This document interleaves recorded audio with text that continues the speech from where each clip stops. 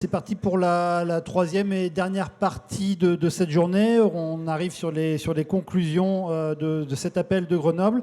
Je vais tout de suite donner la parole donc au directeur de recherche de l'INSERM, Robert Barouki, qui est également coordinateur du programme européen ERA, ERA pour Health Environment Research Agenda for Europe, dont une rencontre majeure s'est terminée hier. Il a eu la gentillesse de sauter dans un train pour Grenoble pour venir nous en présenter ses conclusions. Et donc, sans plus attendre, je vous laisse la parole. Merci beaucoup. Ça marche, oui, ça marche. Donc, merci beaucoup et c'est avec plaisir que je suis avec vous à Grenoble aujourd'hui pour vous parler notamment de ce programme de recherche ERA.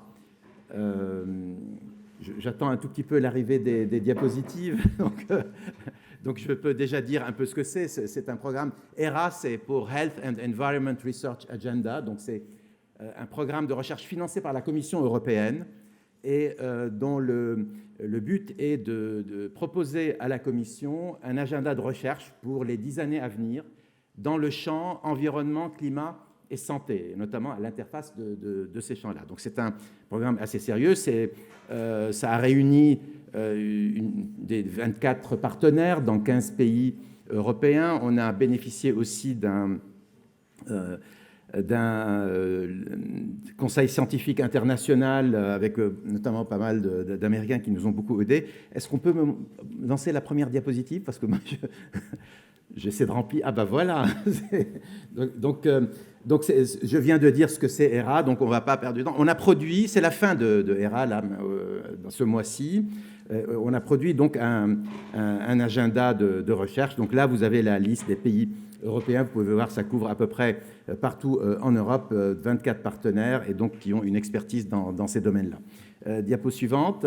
Voilà, le travail a commencé à peu près il y a 3 ans. Et se termine fin mars. Donc hier, donc ces 2 derniers jours, là, on avait la réunion finale de ERA où on a présenté un peu le résultat et les propositions que nous faisons donc à la Commission.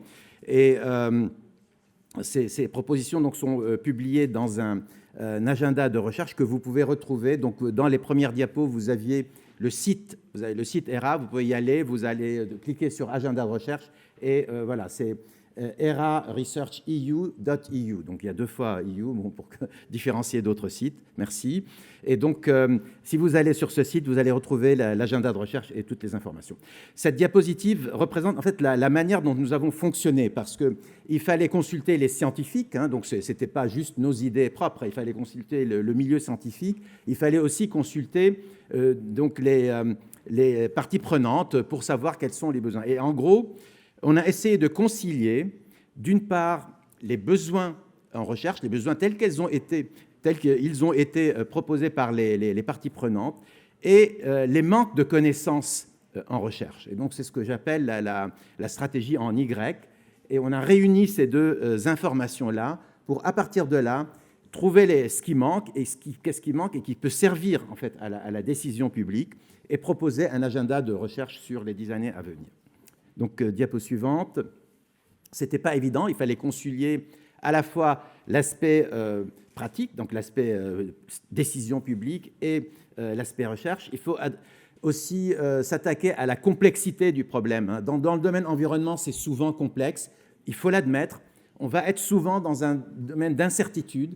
Ça n'a jamais empêché la décision, l'incertitude. Ça ne devrait pas empêcher la décision, mais il faut reconnaître l'incertitude. Je pense que ce qu'on ferait, le pire serait de ne pas la reconnaître et d'essayer de simplifier à l'extrême, parce que ce n'est pas très, très simple. Et quand c'est complexe, il faut, je pense, le dire. On a essayé de faire en sorte qu'on étudie un peu les différentes questions et les incertitudes qui restent pour proposer donc un programme qui essaie de combler ces vides pour pouvoir prendre des décisions publiques. Alors, une vision, disons, systémique était nécessaire. Diapo suivante. Et je dirais que quand on s'intéresse à l'environnement, en fait, il y a 3 niveaux qui sont très importants et que quasiment vous avez vu aujourd'hui dans les différentes tables rondes. On peut s'intéresser aux facteurs de stress eux-mêmes, les facteurs chimiques, les perturbateurs endocriniens, comment ils fonctionnent. On peut s'intéresser aux facteurs physiques, les facteurs eux-mêmes, et donc faire une étude là-dessus. Et ça reste important. Le deuxième niveau, c'est de s'intéresser à des problèmes posés par une situation, c'est-à-dire l'urbanisme, Que pose comme problème l'urbanisme? Le milieu du travail, quels sont les problèmes associés au milieu du travail? Les sites pollués, par exemple, quel problème? Donc là, on est dans plutôt une région où un problème posé et on essaie de le régler. Et souvent, il y a de multiples stress qui sont en cours. Et le troisième niveau, c'est le niveau global, le changement climatique, l'état de la biodiversité, l'état des écosystèmes et leur influence sur les populations. Et donc là, c'est un niveau beaucoup plus large, beaucoup plus holistique. Et il faut attaquer en fait les trois niveaux. Diapo suivante. Et donc, on a les propositions, si je dois les résumer simplement, c'est d'une part réduire l'impact de changement climatique et de la perte de biodiversité, de la détérioration des écosystèmes. Ça, c'est un peu l'aspect holistique global. Promouvoir une vie saine dans des milieux, par exemple le milieu urbain ou le milieu du travail, donc c'est le deuxième niveau, un peu plus local. Prévenir l'impact des stresseurs environnementaux, qu'ils soient chimiques, physiques ou de toute autre nature. Donc ça, c'est les trois grands. Ensuite, il faut aller un tout petit peu plus loin et promouvoir des méthodologies. Et je reviendrai sur les méthodologies, notamment pour évaluer l'impact de l'environnement sur la santé, qu'on appelle en anglais Health Impact Assessment, donc impact de l'environnement, le fardeau environnemental sur la santé. Cinquième point, il faut développer des infrastructures. On ne peut pas avancer ni en recherche, d'ailleurs, ni en général dans les connaissances, si on ne développe pas des infrastructures fortes. Et ça, c'est donc le cinquième point. Et le sixième point, c'est promouvoir une transformation de la société pour qu'elle puisse s'adapter, limiter ses impacts environnementaux et s'adapter à ces changements qui nous attendent. Donc, les 6 grands points, et je vais un tout petit peu le développer, ils sont parfaitement liés. En fait, on a appelé des RG, Research Goals, des objectifs de recherche. Les 6 points, ce sont les 6 points que je viens de caractériser. Vous voyez que ce qui est en bleu et qui est le cœur du moteur, c'est la transformation sociétale, en fait, qui va permettre en fait, de pouvoir réaliser les autres niveaux. Et il y a des moyens, il y a de la recherche à faire dans ce domaine. Diapo suivante. Donc, si je commence par le changement climatique, donc je pense qu'on ne devrait plus appeler ça changement, mais plutôt la crise climatique ou la catastrophe climatique. On sait très bien ce qui nous attend. Vous voyez dans cette diapositive tous les changements donc, qui nous attendent et qui vont avoir, et qui ont déjà dans beaucoup de cas, un impact sur la santé. Donc l'idée, là, les propositions, c'est d'abord de mieux comprendre ces liens et surtout de mieux comprendre comment on mesure l'impact de ce changement climatique sur la santé et quelles mesures sociétales on peut avoir pour pouvoir s'adapter. Diapositive suivante. Un problème identique est la perte de biodiversité. Là, c'est beaucoup moins étudié, au fond. La perte de biodiversité est bien décrite. Il y a une bonne surveillance, on a des informations. La relation entre perte de biodiversité et santé humaine, c'est quelque chose, il y a des études, mais c'est quelque chose qui est beaucoup plus difficile et qui demande beaucoup plus d'impact. Quelles sont les solutions inspirées de la nature? Ça, c'est quelque chose qui demande beaucoup plus de travail encore dans ce domaine. Troisième, diapo suivante, s'il vous plaît. Donc, dans le domaine de l'urbanisme, on a eu toute une session là-dessus, ce n'est pas la peine que je m'y attaque, mais il y a une véritable recherche et une véritable réflexion sur quels sont les meilleurs moyens de développer l'urbanisme dans les cités. En haut, vous voyez la notion de bloc, ça a été beaucoup travaillé à Barcelone, la notion de bloc, élargir les blocs, faire des blocs avec beaucoup plus d'espace piétonnier. Mais bien entendu, la qualité de l'air dans les villes est primordiale, et là aussi, il faut attaquer ça et on est très loin des niveaux que l'OMS préconise maintenant, donc il faut les bons moyens pour y arriver. Donc c'est ce qui est montré dans la figure d'après. Diapo suivante. Le travail, le milieu du travail, bien sûr, on passe énormément de temps dans le milieu du travail. C'est un milieu, en fait, c'est ce que j'appelle un exposome en tant que tel, c'est-à-dire c'est un milieu où il y a beaucoup d'expositions très diverses, chimiques parfois, le bruit, souvent, le stress social, quasiment toujours, etc., etc. Donc, en fait, on est dans quelque chose qui, typiquement, c'est ce qu'on appelle les problèmes posés, et il faut trouver des solutions dans le milieu de travail, et toute une série de propositions de recherche sont faites là-dedans, que je n'ai pas le temps aujourd'hui de développer, mais c'est un point tout à fait important. Diapo suivante. Les expositions, vous savez, le troisième niveau, c'est travailler sur... Il y a encore besoin de travailler. Vous voyez une figure là, qui est une figure en forme d'iceberg. Donc, si je vous dis les produits chimiques, beaucoup de gens ont l'impression qu'on a énormément travaillé sur les substances chimiques, qu'on connaît tout sur les substances chimiques. Eh bien non, ça c'est un iceberg, c'est dans une publication de la Commission sur la stratégie, donc la stratégie chimique durable de la Commission. Le plan zéro pollution, qui est un plan très ambitieux. Il faut d'ailleurs être conscient et rendre hommage à l'Europe pour avoir des objectifs, en tout cas, très ambitieux dans ce domaine. Le tout, c'est d'arriver à trouver les moyens de réaliser ces objectifs. Donc cet iceberg montre qu'en gros, sur 100 000 substances chimiques qui nous entourent, on sait beaucoup de choses sur 500, on sait un peu sur 10 000 et 20 000, et puis on sait quasiment rien sur 70 000. Donc il y a énormément de travail. Et le mélange de le petit cocktail, là, on sait encore beaucoup moins qu'est-ce que ça donne. Et donc là, même dans un domaine aussi travaillé que le milieu chimique, eh bien, il y a encore des choses à faire, et on détaille sur les perturbateurs endocriniens, sur les effets des mélanges, etc. Diapo suivante. Mais il n'y a pas que la chimie, il y a les stress physiques qui sont fondamentaux, moins travaillés, moins bien connus. Le bruit, c'est donc la figure avec les ronds bleus. Le bruit est fondamental. Alors, c'est bien sûr pour l'audition, bien sûr pour le sommeil, mais aussi pour le système cardiovasculaire. Il y a des arguments très forts pour dire que ça a des impacts sur le système cardiovasculaire. Bon, je mentionne la radioactivité, c'est quelque chose qui a été travaillé pendant très très longtemps. Et en bas à gauche, vous avez la luminosité de nuit et l'impact de la lumière sur le changement des cycles nictéméraux. Et ça, c'est quelque chose qui aussi nécessite une focalisation importante. Diapo suivante. Les méthodologies sont fondamentales. Ici, nous avons consacré tout un objectif à détailler les méthodologies, surtout au niveau, donc, informatique, pour essayer de mesurer le fardeau environnemental sur la santé, ou Health Impact Assessment, l'impact des problèmes environnementaux sur la santé. Ce n'est pas quelque chose qui est évident, mais c'est quelque chose où l'aspect environnemental peut être vraiment mis en avant. Ici, vous avez une figure par l'Organisation mondiale de la santé sur les déterminants de la mortalité dans le monde.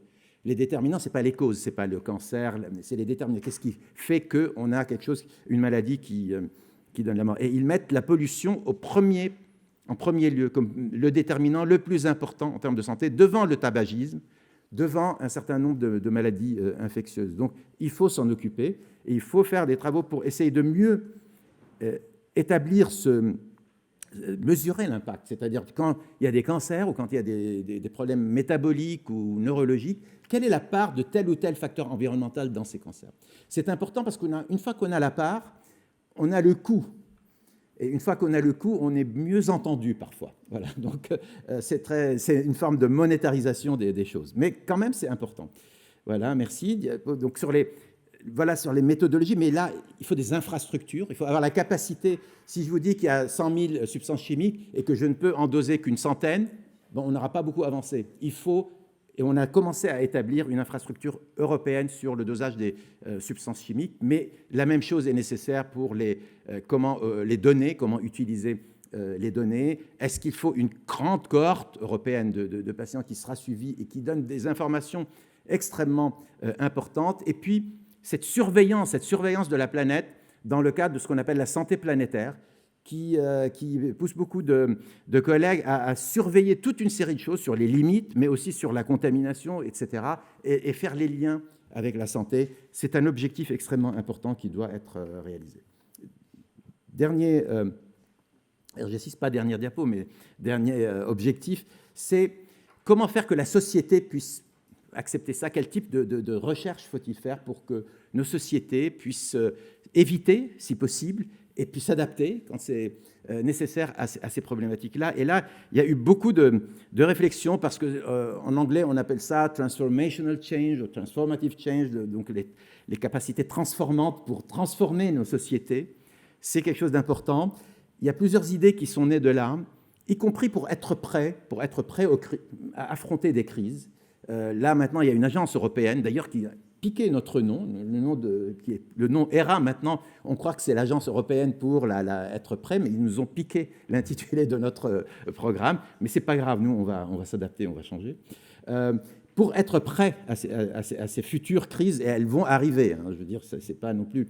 Mais aussi des transformations sociétales, des questions éthiques, on avait des philosophes dans le groupe, des éthiciens, des questions éthiques, par exemple. Quelle est notre responsabilité vis-à-vis des générations futures? Est-ce qu'à chaque fois qu'on prend une décision, on ne doit pas tenir compte de notre responsabilité sur ce qu'on laisse et comment on peut gérer ça? Et puis, on a mis en avant beaucoup un aspect critique sur l'éducation future, comment transformer l'éducation, peut-être transformer la manière de faire la recherche. On sait que dans certains milieux, la recherche est une recherche très compétitive, presque masculine, j'allais dire. Et je pense qu'il faut réfléchir à une manière de faire la recherche beaucoup plus collégiale et beaucoup plus collective devant des crises qui vont arriver où les chercheurs ont une responsabilité sociale et civile. Diapo suivante. On a fait un exercice de cas d'étude qui était le Covid, en plein milieu, c'était en plein milieu de nos travaux. Évidemment, la commission nous a appelés, nous dit « proposez-nous quelque chose pour le Covid ». Et on a fait quelque chose qui ressemble beaucoup à cette notion d'une seule santé, que peut-être sans doute vous avez détaillé aujourd'hui, c'est-à-dire en partant de pourquoi des infections émergent, quelles sont les raisons environnementales, déforestation, interaction hommes-animaux qui font que ça émerge, pourquoi ça s'étend, quel est le rôle des facteurs environnementaux dans l'extension. Quel est l'impact de ces pandémies? Rôle des facteurs environnementaux. Il y a eu un très beau travail récent montrant d'une part que la pollution de l'air joue un rôle sur l'impact sanitaire donc de la pandémie, la gravité de la pandémie. Donc on fait des pandémies on fait des Covid plus graves si on est dans un endroit où il y a de la pollution de l'air, mais aussi certains produits chimiques récemment aussi ont été incriminés. Et puis ensuite, quelle réponse sociétale? Et on a fait une petite réflexion aussi sur les plans de restauration donc, qui ont été et quel est leur impact environnemental de ces plans. Donc on a fait quelque chose, je pense, qui est assez complet, qui est publié dans des articles scientifiques, et c'était un bon cas d'étude. Diapo suivante. Je voulais finir par ça, parce que je pense que j'ai parlé des générations futures, et je pense que, vous savez qu'on donne des noms sur les baby boomers, la génération X, la génération Y, les millennials, etc. Et je crois que la génération qui arrive là, qui est vers la fin, je pense que crise climatique, ça va être ça, je pense qu'il va déterminer, parce qu'ils vont vivre avec ça. Et on ne le sent pas trop actuellement, mais on va le sentir. Et je pense que cette génération qui vient, c'est ça. Et donc, il faut qu'on fasse quelque chose pour qu'on comprenne mieux ces impacts-là et qu'on puisse donner aux décideurs et aux citoyens, en fait, la capacité de s'adapter ou de limiter ces impacts-là. Je pense qu'il y a une dernière diapo qui est simplement les collègues qui viennent de partout en Europe et d'ailleurs aussi du monde qui ont contribué à ce travail de proposition à la Commission. Merci.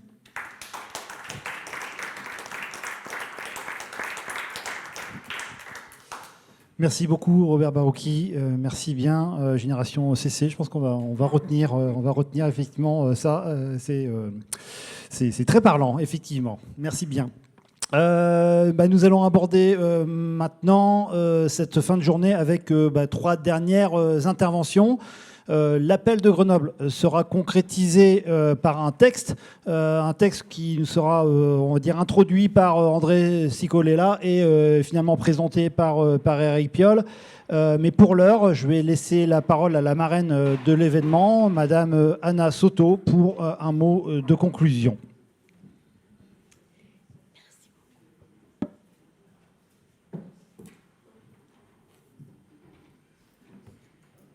Bon. S'il vous plaît, mes diapos.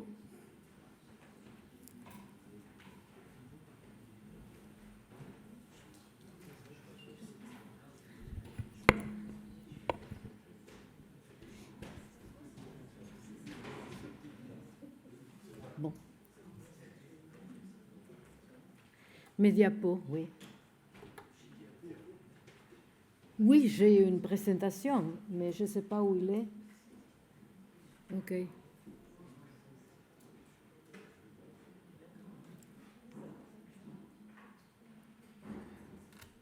Mais bon, je peux commencer quand même. Les problèmes qu'on est en train d'adresser, c'est les problèmes de l'épidémie mondiale des maladies chroniques. Et en 2011, l'Assemblée générale de la ONU a appelé à agir contre l'épidémie mondiale des maladies chroniques. En 2018, elle a réitéré cet appel en fixant comme objectif d'ici à 2030 la diminution de la mortalité prématurée de 30% et l'arrêt de la production de l'obésité et du diabète.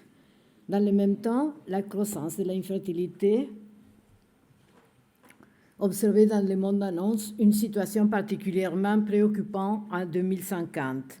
La pandémie de SARS-CoV a révélé un grand jour le rôle des comorbidités dans l'impact de cette zoonose, mais aussi des autres menaces de même type apparaissent de plus en plus vraisemblables dans les années à venir. Donc, on a commencé avec ces problèmes et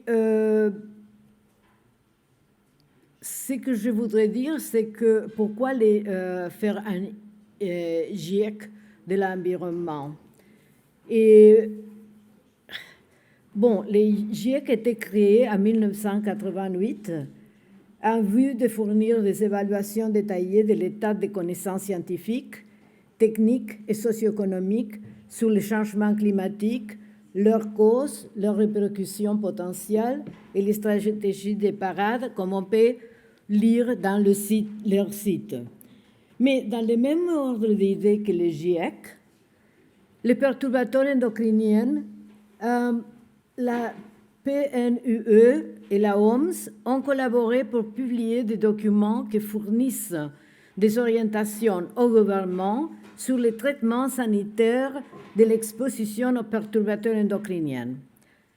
Il s'agit de l'évaluation mondiale de l'état de la science des perturbateurs endocriniens, publiée en 2002, et 10 ans plus tard, 2012, de l'état de la science des perturbateurs endocriniens. Donc, il y a un antécédent de que la PNUE et la OMS sont occupés de faire deux choses différentes, le GIEC et cette commission qui fait des rapports sur les perturbateurs endocriniens. Donc, le mécanisme, si on peut dire, il est déjà établi. Et donc, on pourrait travailler sur les sujets, je pense.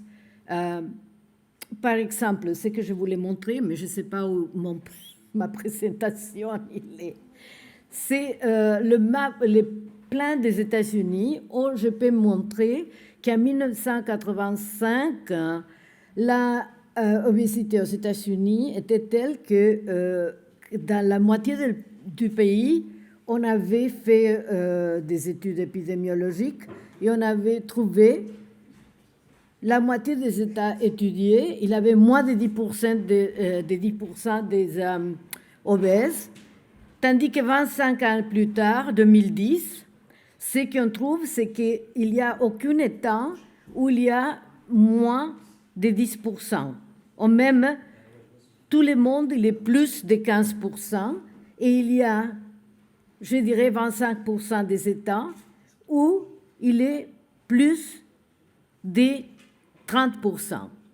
Donc, ce n'est pas même une génération, et on a changé d'une forme incroyable, on le voit quand on se promène, la quantité de gens obèses aux États-Unis.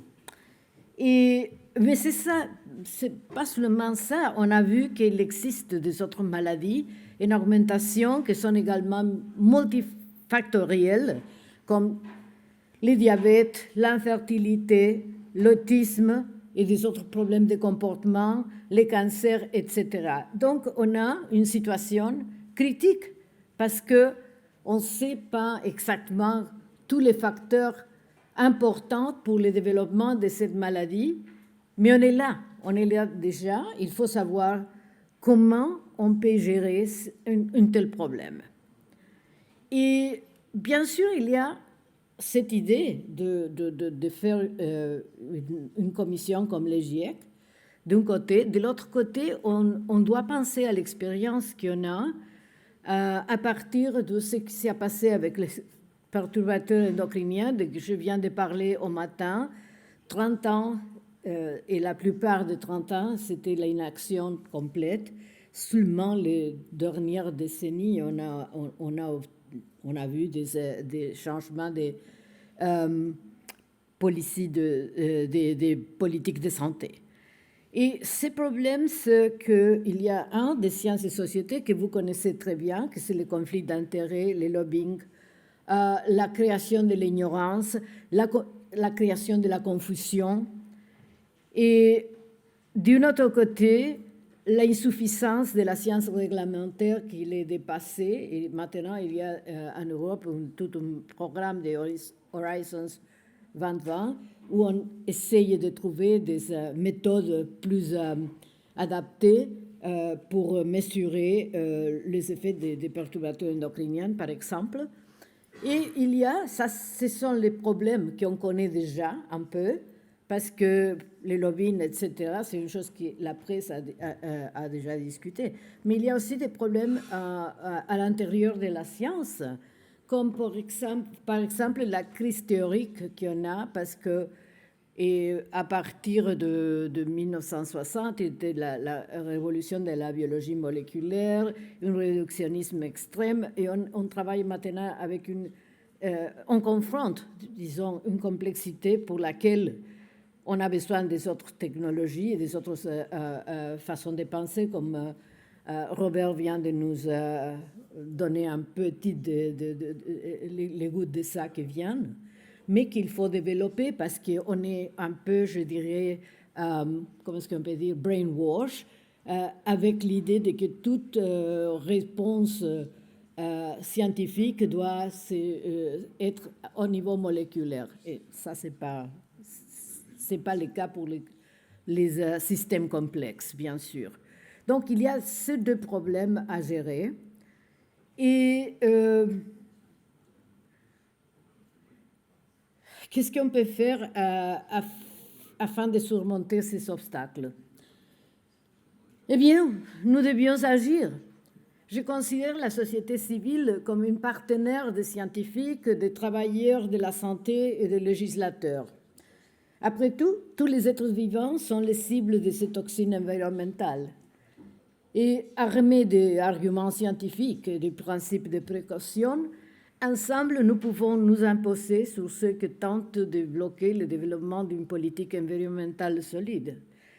Et pour ça, et pour finir, c'est pour ça qu'on propose aujourd'hui un GIEC de la santé environnementale, parce qu'il serait un outil très efficace pour le gouvernement, car il fournira un rapport sur l'état de la science, ainsi que des conseils sur les mesures qui pourraient aider à construire une politique de santé environnementale solide. C'est pour ça que je suis d'accord et je soutiens une telle proposition. Je vous remercie.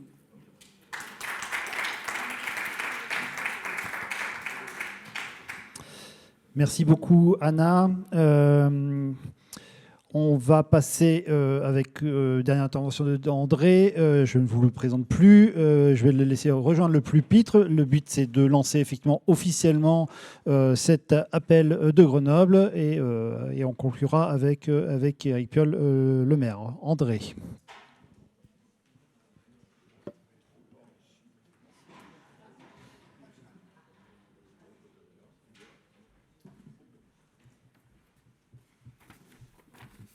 Oui, alors mon intervention, moi, je ne vais pas présenter de PowerPoint.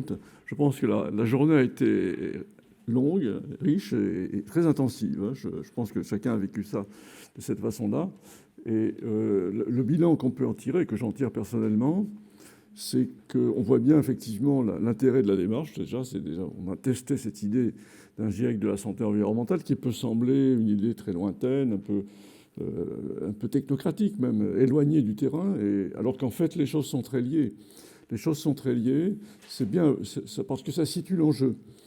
Une des premières retombées effectivement de parler du GIEC de la santé environnementale, c'est qu'on va parler de la crise sanitaire.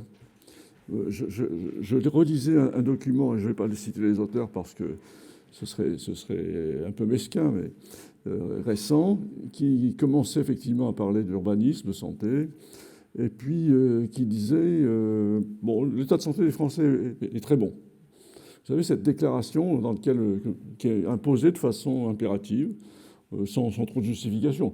Parfois, la justification qui va venir, c'est l'espérance de vie progresse. Voilà. L'espérance de vie progresse, et donc circuler, c'est pas écrit comme ça, hein, mais c'est en gros circuler, rien à voir.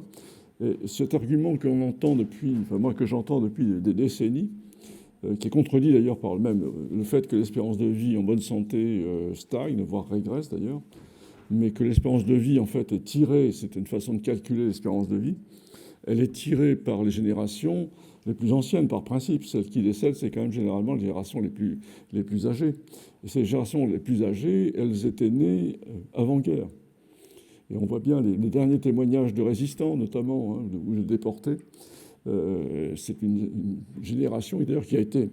Ceux qui décèdent à cet âge-là ont été les plus résistants, d'ailleurs. Et surtout, ils sont nés dans un environnement totalement différent. Je pense que cet aspect-là est certainement déterminant dans leur longévité.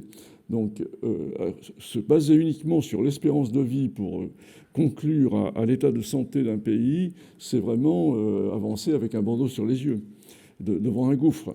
On a effectivement toutes les données qui nous permettent de comprendre qu'on a une situation qui devient de plus en plus préoccupante, et que cette situation, c'est la croissance effectivement des maladies chroniques, c'est la croissance effectivement on comprend mieux, de mieux en mieux l'interférence entre les différents environnements. Et je trouvais effectivement, moi j'ai lu avec beaucoup d'intérêt le document ERA, parce que j'ai trouvé effectivement là, une façon de formaliser cette vision avec de façon beaucoup plus précise et très argumentée sur le plan scientifique. Je crois qu'on a déjà un travail colossal qui a été fait, mais j'en discutais tout de suite avec Robert. Je pense que c'est le début du commencement, ou le commencement du début, mais en tout cas, on voit bien que là, vous avez mis le doigt dans l'engrenage et que vous n'allez plus en sortir comme ça. On va effectivement vous mandater. Je pense que c'est effectivement ce que l'on peut dire aujourd'hui, en espérant être suivi, mais je ne doute pas qu'on sera suivi, pour faire effectivement ce même travail encore plus largement, et avec notamment à l'échelle mondiale, parce qu'aujourd'hui, chacun l'a bien compris, on ne peut plus, quand on parle de santé planétaire, on comprend bien qu'effectivement les frontières n'ont pas de grande validité dans ce domaine, si tant est qu'elles en aient jamais eu. Donc on est effectivement à cette phase-là. Je pense que c'est un moment, en même temps, il faut peser effectivement les responsabilités qui sont les nôtres, d'arriver à porter ce mouvement, en faire en sorte qu'il soit le plus porté dans la société. Parce qu'il faut éviter effectivement une sorte de délégation. C'était le pari que l'on faisait aujourd'hui de faire dans une même réunion des interventions effectivement qui soient très, très, très scientifiques, et c'est au bon sens du terme d'ailleurs, et puis d'interventions plus remontant du terrain. Moi, quand j'entends effectivement les témoignages sur la vallée de l'Arve, je me dis on ne peut pas passer à côté de l'écoute de ces témoignages. Quand j'entends effectivement, alors je ne vais pas citer tout le monde, mais quand j'entends effectivement ce qui est dit sur les cancers de l'enfant, ce que m'a dit Marie Thibault, quand j'entends effectivement ce qu'on dit sur l'hypersensibilité, voilà un grand problème qui est aujourd'hui quasiment nié et qui touche de plus en plus de personnes. Il faut effectivement arriver à ce que cette demande de la société se traduise en recherche, en analyse et en solution. Il ne s'agit pas effectivement uniquement de décrire les situations, il s'agit aussi, et c'est important, de voir comment l'environnement influence positivement notre santé. Parce que je pense qu'on a peut-être d'ailleurs nous-mêmes donné dans cette inclination, on a trop tendance à décrire effectivement l'impact de l'environnement sur la santé de façon négative. Ce qui est en partie vrai, mais l'inverse est vrai. Des environnements positifs, des environnements qui favorisent la santé, oui, effectivement, c'est possible. Et on doit effectivement les construire dans l'écosystème qui est le nôtre. On n'est plus effectivement... en plus, on est dans des pays... Et on a rappelé que Paris était la 5e ville la plus dense au monde. Donc c'est évident qu'on ne va pas raser le centre de Paris pour en faire un grand parc. Il faut donc trouver des solutions. Et je pense que là, il y a une inventivité qui déjà s'exprime. Je pense qu'on a déjà eu des témoignages qui vont dans ce sens. On a là, effectivement, on voit bien les pistes sur lesquelles il va être possible d'agir. Donc moi, c'est un peu la conclusion que je ferai. Je ferai encore peut-être une petite référence dans les interventions. Une des interventions qui m'a le plus intéressé, alors tout le monde est intéressé, mais qui m'a le plus surprise parce qu'on n'a pas l'habitude dans les colloques du reste d'entendre ce type d'intervention, c'est celle du directeur de l'école de management ce matin. Entendre effectivement aujourd'hui un directeur d'école de business school, finalement, remettre en cause le terme de business school d'ailleurs, parler d'école de management et dire que le management aujourd'hui ne peut pas se construire en dehors des services qu'il rend à la société. Ah, je veux dire que pour quelqu'un de ma génération, c'est quand même un événement. Ça valait le coup d'attendre jusqu'à cette date de 2022 pour entendre ce type de discours. Et je pense qu'effectivement, des générations qui vont être formées dans ce contexte-là, on peut le faire confiance, effectivement, dans la nouvelle génération, la génération crise climatique que Robert a baptisé tout de suite. Voilà, je pense que moi, je retiendrai effectivement l'analyse que je ferai de cette réunion. C'est le début.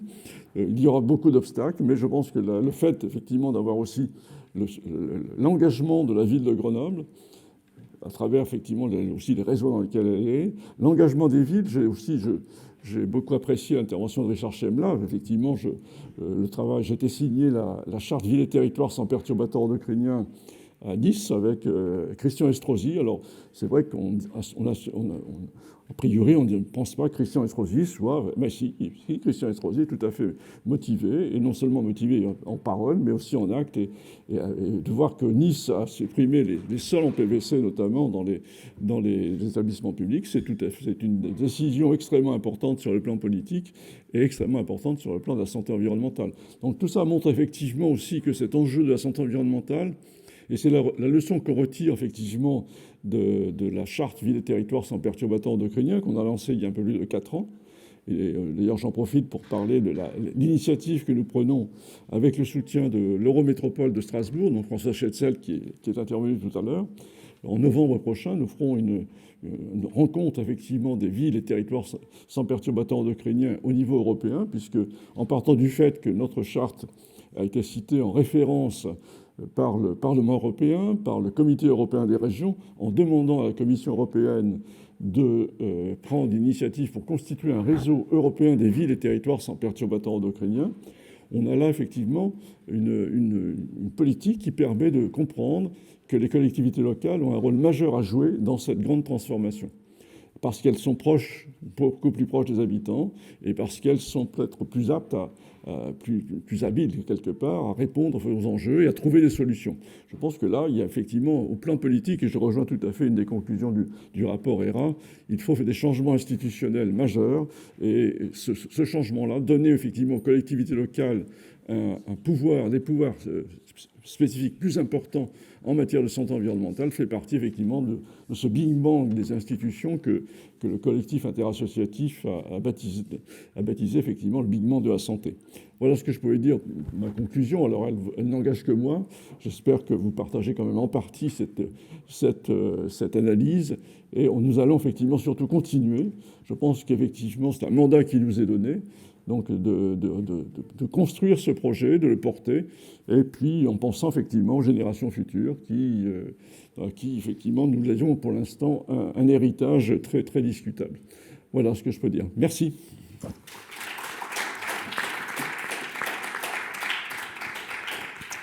Merci beaucoup, André.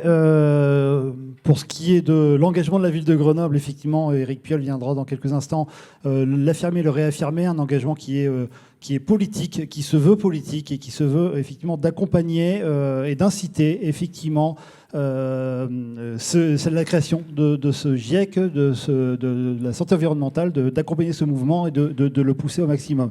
On a un contexte, on a un enjeu en ce moment qui le permet, et c'est là-dessus qu'on va s'engager.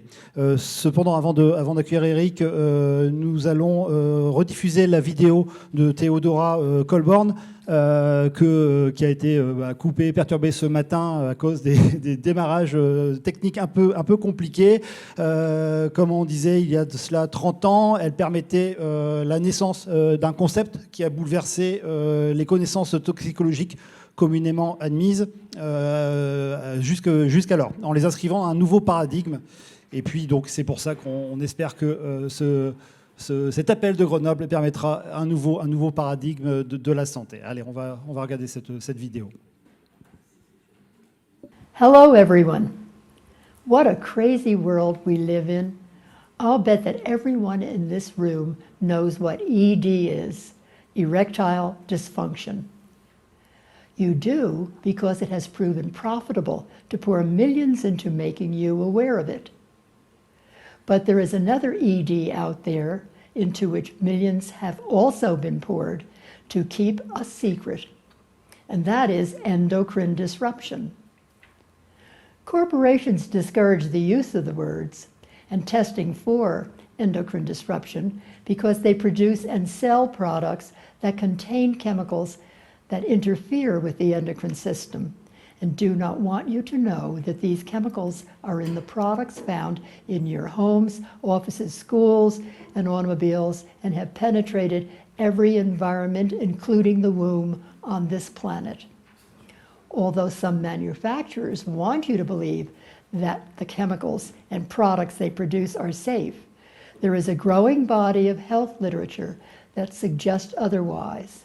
Let's go back to the early 1940s, at the end of World War II, when DDT and a long list of other chlorinated pesticides were put on the market by huge chemical companies converting to peacetime products. Each year, more and more cheap chemicals derived from the byproducts of processing crude oil and natural gas entered the market. Soon, these fossil fuel-derived plastics became the choice for construction material, phasing out the use of steel in building materials, turning up in planes, automobiles, high-impact sporting equipment, and in home building materials, packaging, and practically every consumer product on the market. They are used as fire retardants, lubricants, detergents, and in cosmetics, toiletries, toys, and clothing. We live in a plastic world. Endocrine disruptors have been called stealth chemicals because they fly below the government's toxicological tests to protect human health and below the radar of most doctors in their clinical practice. At extremely low concentrations, they cause no visible health impairment at the time of exposure, but instead cause effects that are not expressed until years later. But if exposure takes place before birth, they can cause irreversible lifetime disorders. We now face a pandemic of disorders in the Northern Hemisphere. There is sufficient evidence from human and laboratory animal studies to suggest that these disorders could, in part, be the result of prenatal exposure to endocrine disrupting chemicals. Before the 1950s, these were rare disorders. But since the 1970s, all of these disorders began to increase. Think about this. Diabetes increased by 90% between 1998 and 2000. And it is predicted that 1 in 3 Americans and 1 in 2 minorities born from now on will develop diabetes in their lifetime. 1 in 150 children born has an autism spectrum disorder, and among boys, the odds are 1 in 59. For both diabetes and autism, the rate of incidence keeps increasing each year with no sign of tapering off. Approximately 1 in 125 boys are born with hypospadias, a condition where the urethra does not open at the end of the penis. As early as 1992, Danish medical doctors shocked the world when they reported a 50% drop in sperm count in the Northern Hemisphere over the previous 50 years. And several years later, they reported a syndrome of male health and reproductive problems that can be traced back to damage in the womb. Today in the US, we are spending more money on treating diabetes than on education. We are producing fewer and fewer tax-paying citizens. We are producing more and more children with learning disabilities and serious social problems. We are now moving into the 4th generation of individuals exposed to endocrine disrupting chemicals in the womb. The statistics tell us that something is wrong with the human condition, that males are targeted, that time is getting short. What we need immediately is a crash program in inner space research. It must be the most important research program in the 21st century and funded accordingly. Let's face it, the womb environment must be cleaned up if we are going to have enough fully functioning individuals with the cognition, steadfastness, leadership ability, and courage to place human health above the bottom line and take back government from corporations in order to solve this problem.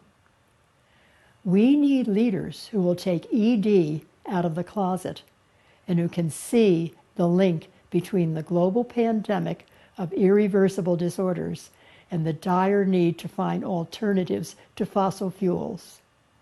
So if there is only one message you take away from this lecture, I want it to be that a vast number of widely dispersed fossil fuel-derived chemicals are altering how our children are constructed before they are born and how they behave and function in adulthood, and could be posing a more imminent threat than climate change to the survival of humans and all living organisms on Earth.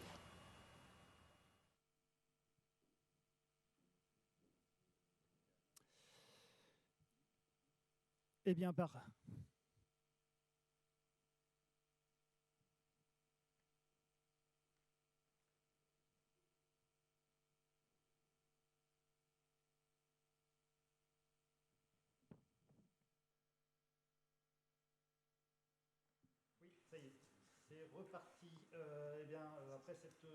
cette vidéo de Théodora Colborn, Eric Piolle nous a rejoint. Je vais donc le laisser conclure cette journée riche et dense.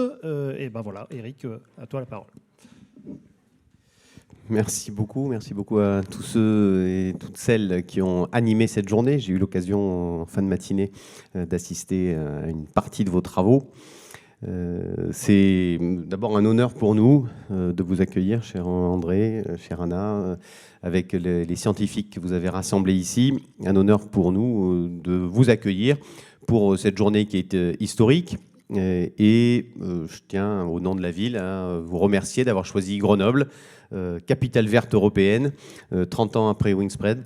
Je crois que c'est là un signe fort pour nous sur un sujet qui nous tient à cœur. La santé environnementale est au cœur de nos villes aujourd'hui. Elle est au cœur de nos villes pour notre santé, bien sûr, pour notre bien-être, pour notre émancipation aussi, je crois, fortement, et donc pour nos vies. Un enjeu qui est présent aujourd'hui dans nos vies, mais dont on sent bien combien il menace l'humanité aussi, et donc comment il est important pour nos enfants et pour la planète et nos conditions de vie, en fait, dès maintenant, mais aussi de façon extrêmement marquée pour les années et les décennies à venir. L'appel d'aujourd'hui, c'est un appel solennel, qui est un appel pour se prendre en main sur un sujet où l'inaction est quand même patente, où le poids des lobbies est patent. Et il y a là, et je l'ai vécu moi en tant qu'industriel, puisque j'ai travaillé pendant 18 ans dans l'industrie, que j'ai connu les directives ROHS, le programme REACH, et nous sommes, je crois, bien conscients toutes et tous que derrière les lobbies, il y a une réelle production de l'ignorance, et je dis cela à dessein, une réelle production de l'ignorance qui menace notre santé aujourd'hui et qui menace déjà notre état de santé par tous les travaux qui ont été démontrés là aujourd'hui, mais qui menace notre santé collective. Et sur un sujet qui n'a jamais été pris au sérieux par les gouvernements. Je crois aussi que la crise du Covid a été un nouvel avertissement fort, avec une syndémie qui mélange évidemment les zoonoses et notre saccage de l'environnement, mais qui a tué des millions de personnes et des personnes qui, pour la plupart, avaient des situations de comorbidité. Et ces comorbidités, elles sont directement liées, pour une immense majorité, aux questions de santé environnementale. Nous l'avons vu là, que ce soit obésité, diabète, hypertension, maladies cardiovasculaires. Les facteurs de santé environnementale en fait, qui font peser sur les populations des comorbidités, le Covid est venu frapper là, avec, On l'a constaté, nous, en ville. Je l'ai constaté, moi, en tant que président du conseil de surveillance de l'hôpital. On l'a constaté avec les études comme EPICOV, auxquelles la ville de Grenoble a participé. Des inégalités sociales majeures qui se cachent derrière ces enjeux de santé environnementale et qui ont là aussi été démontrés par les études rares et peu diffusées sur le Covid, sur ces questions-là à l'occasion du Covid. Je crois qu'on a là, on voit bien que la boucle est bouclée, hein, comment la santé environnementale est cruciale, à la fois pour prévenir le lancement de ce type de pandémie, mais également pour limiter au maximum ses effets, et en particulier ses effets pour les personnes les plus fragiles. En tant qu'élu, ces questions-là résonnent fortement pour nous, au cœur de notre projet politique. Nous, il est fondé sur 3 piliers, hein, garantir des sécurités, chérir les biens communs et chérir le vivant, et nourrir le désir de sens. Et finalement, la santé environnementale vient traverser ces 3 enjeux. Garantir des sécurités fondamentales, c'est une responsabilité pour nous élus, évidemment. Notre question, et particulièrement en tant qu'élus locaux, c'est comment faire durer la cité. Et donc, c'est un enjeu extrêmement fort. Et à Grenoble, c'est pour cela que nous avons choisi de nous mobiliser très fortement sur cette question. On pourrait penser la santé, ça ne relève pas des élus locaux. Si, en pratique, et la santé environnementale, évidemment, on le voit, car d'abord, on y est exposé et on voit ces inégalités sociales et territoriales de santé qui sont majeures. Et puis parce que nous avons beaucoup de leviers d'action.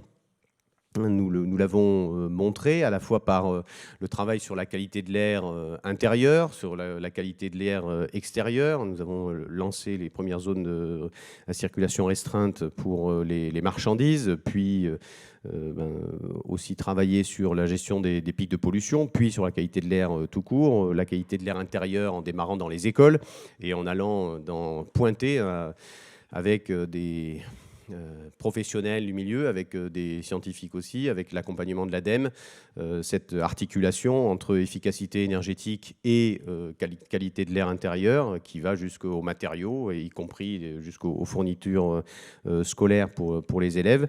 Il y a là des enjeux qui sont très forts, et on retrouve cela aussi autour de l'alimentation, et que ce soit quand on parle de santé ou quand on parle d'alimentation, qui sont de toute façon connectés, on voit qu'on intéresse tout le monde.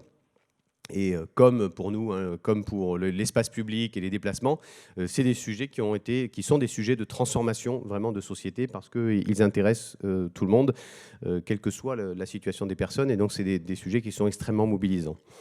Je crois que la lutte, j'évoquais tout à l'heure la question des lobbies, la lutte contre les lobbies, on s'y est attaqué également de front. Vous le savez, on fait partie de ces collectivités qui ont choisi aussi de venir porter le débat de la justice climatique, de la justice de la santé. Donc nous avons attaqué Total avec des ONG, avec des villages de l'Aude, avec la ville de Bayonne, celle de Nanterre. Nous avons attaqué le gouvernement, le LDPITMA, sur les questions de qualité de l'air dans les vallées alpines également, et nous luttons contre les lobbies qui produisent de l'ignorance et qui continuent de produire de l'ignorance. C'est bien un combat qui peut être assez frontal, mais qui, je crois, est essentiel pour l'évolution de la société. Alors aujourd'hui, Grenoble, et toute cette année, Grenoble est capitale verte de l'Europe, a été choisie par la Commission européenne pour cela. Pour nous, il y a 3 objectifs dans ce projet. En plus, évidemment, de renforcer la dimension et l'appétit international de Grenoble depuis toujours, qui s'est fait avec des diasporas et avec une créolisation forte depuis déjà des siècles, et qui continue d'avoir ce goût et cette ouverture, que ce soit dans le monde scientifique, mais également dans nos mobilisations citoyennes. Nous avons comme objectif 3 choses. La première, c'est de faire monter le degré de prise de conscience de la population que ce soit ceux qui ont déjà franchi des étapes, mais je crois que nous n'avons pas encore intégré l'ampleur des changements que nous avons à faire. Et le rapport du GIEC, dans son deuxième volet qui vient de sortir, nous rappelle de façon très crue que les inégalités entre nations et les inégalités au sein des nations sont non seulement peuvent être la lutte contre ces inégalités peuvent être un objectif en soi, mais en fait elles sont un prérequis pour pouvoir lutter contre le dérèglement climatique. Donc faire monter le degré de conscience, se fédérer collectivement, parce que je crois qu'on ne fait pas avancer une société sur la peur. La peur paralyse ou génère des fuites en avant, génère de la soumission au système également. Donc ce qui nous travaille, nous, c'est comment on nourrit ce désir de sens et comment on produit une espérance de vivre mieux, plus aligné avec nos valeurs, avec un bien-être pour chacun, avec la possibilité pour chacun de construire une vie qui ait du sens et de pouvoir pour chacun définir ce sens individuel et dans son rapport au monde social de tout cela. Et puis le troisième vecteur, c'est agir maintenant, là, tout de suite. C'est pour ça que les 12 thèmes, on les a déclinés, appuyés par un conseil scientifique en 54 défis. Agir là immédiatement et se projeter pour amplifier les changements, parce que nous avons besoin d'amplifier et de nous entraîner à changer. Et là aussi, sur ces questions de santé environnementale, c'est des enjeux très forts pour nous entraîner à changer. Je terminerai avant que l'on passe à la lecture de l'appel à 3 pour dire que dans ce travail-là, on s'appuie sur la science, on s'appuie sur les scientifiques, le conseil scientifique que nous avons lancé en 2019.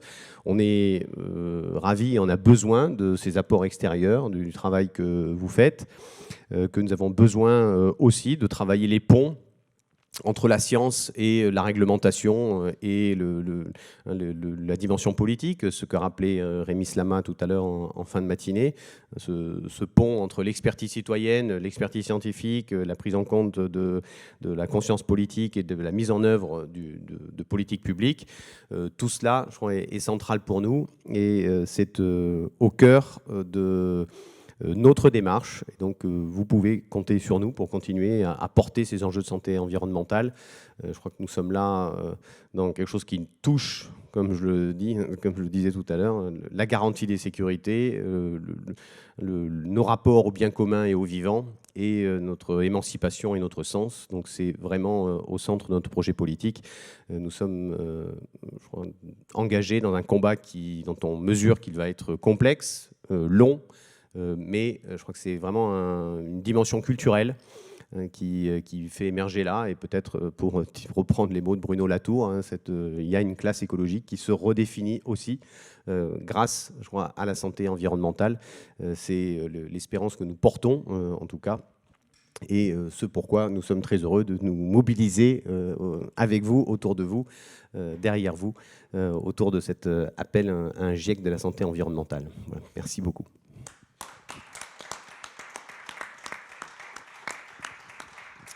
Merci beaucoup, Eric. Donc, effectivement, le texte va être lu à 3 voix, le texte, l'appel de Grenoble, par Anna, Eric et André.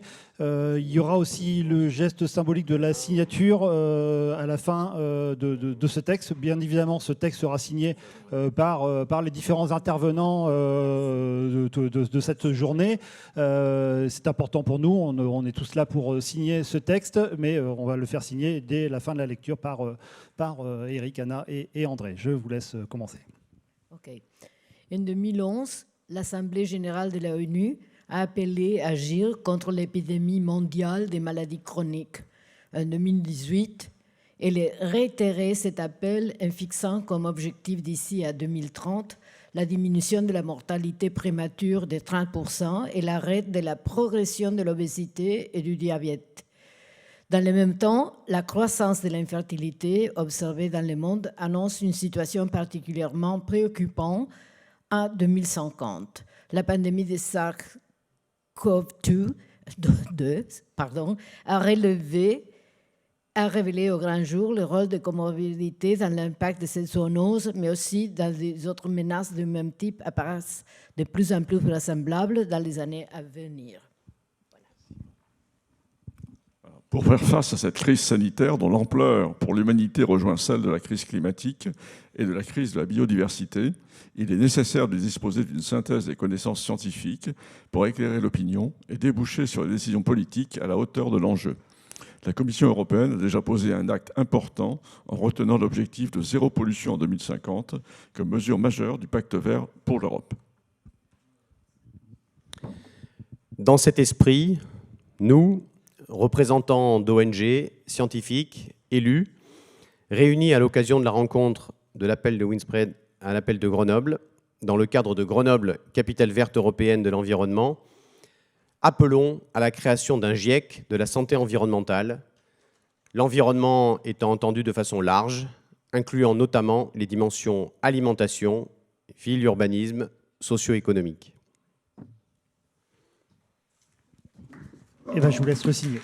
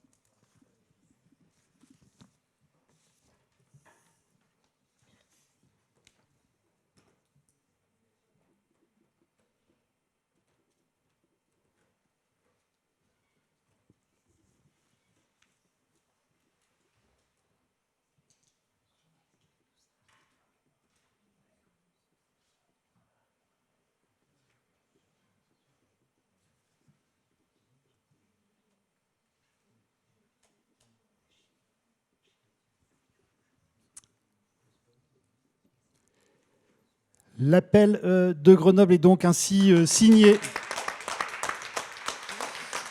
Il est signé par donc Éric Piolle, le maire de Grenoble, André Cicolella, le président du réseau Environnement Santé, et Anna Soto, notre marraine de cette journée. Je vous remercie. Ainsi s'achève donc cette journée consacrée à la santé environnementale. Merci, bravo aussi à tous les partenaires, le réseau Environnement Santé, la ville de Grenoble, l'agence capitale verte européenne, Grenoble-Alpes Métropole, le département de l'Isère et puis l'État français. Il faut que je vous rappelle quand même que je remercie surtout Nicolas Mur, ici présent.